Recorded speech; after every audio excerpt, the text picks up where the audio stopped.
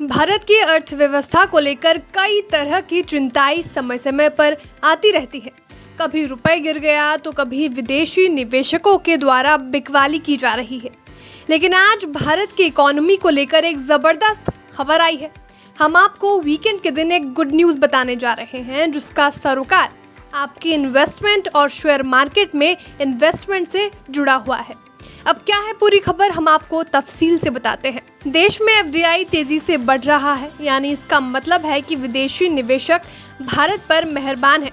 Foreign investors अपना देश छोड़कर भारत को अपना इन्वेस्टमेंट डेस्टिनेशन बना रहे हैं। भारत सरकार भी पैसे के इनफ्लो से काफ़ी खुश नज़र आ रही है और सरकार का मानना है कि इसी फाइनेंशियल ईयर यानी चालू वित्त वर्ष 2022-23 में भारत 100 अरब डॉलर का विदेशी निवेश लेकर आ सकता है। अगर ऐसा हो गया तो भारत के लिए किसी बड़ी उपलब्धि से कम नहीं होगा। ये माइलस्टोन या नया कीर्तिमान मेक इन इंडिया के कारण हो पाएगा। अब आप थोड़ा मेक इन इंडिया के बारे में भी जान लीजिए। देश को आत्मनिर्भर बनाने में सरकार जी जान से लगी हुई है। मेक इन इंडिया प्रोग्राम के बदौलत ही फॉरेन डायरेक्ट इन्वेस्टमेंट में काफ़ी उछाल आया है। डेटा से अगर हम आपको समझाने की कोशिश करें तो साल 2014-15 में एफडीआई इनफ्लो 45.15 बिलियन डॉलर था, जो 2021-22 में 83.6 बिलियन डॉलर पर पहुंच गया है। यानी 8 साल से कम समय में एफडीआई इनफ्लो दोगुना हो गया है। मेक इन इंडिया के कारण विदेशी निवेशक अब भारत को मैन्युफैक्चरिंग डेस्टिनेशन के रूप में देख रहे हैं। मैन्युफैक्चरिंग का सारा फोकस मेड इन इंडिया से मेड फॉर द वर्ल्ड की तरफ भी शिफ्ट हो रहा है। यानी हमारा देश अब जल्द ही विदेशों की जरूरत को पूरा कर सकेगा। अगर ये सपना साकार हुआ तो भारत जल्द ही दुनिया के लिए प्रोडक्शन और मैन्युफैक्चरिंग हब बन जाएगा। बता दें, आज के दिन यानी 25 सितंबर 2014 को मेक इन इंडिया का शुरुआत किया गया था।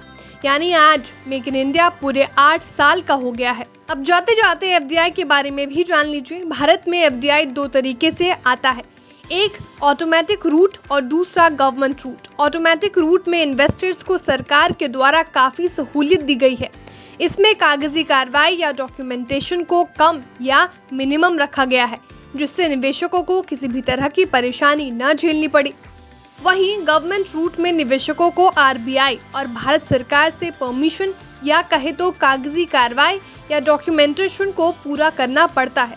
बता दें, भारत में एफडीआई 101 देशों में आया है, जिसको 31 केंद्र शासित प्रदेशों और राज्यों में इन्वेस्ट किया गया है। और तो और एफडीआई को किसी एक सेक्टर तक सीमित भी नहीं रखा गया है। यानी एफडीआई को 51 डिफरेंट सेक्टर्स में इन्वेस्ट किया गया है, जिससे सभी सेक्टर्स में भारत अव्वल बन सके। एफडीआई को और आकर्षित यानी अट्रैक्टिव करने के लिए सरकार ईज ऑफ डूइंग बिजनेस को लगातार प्रमोट कर रही है। Ease of doing business World Bank द्वारा जारी किया जाने वाला इंडेक्स होता है। इस इंडेक्स में विभिन्न तरह के पैरामीटर्स शामिल होते हैं, जो बताते हैं कि किसी देश में कारोबार करना कितना आसान है। भारत 2014 में ease of doing business ranking में 142 पायदान पर था।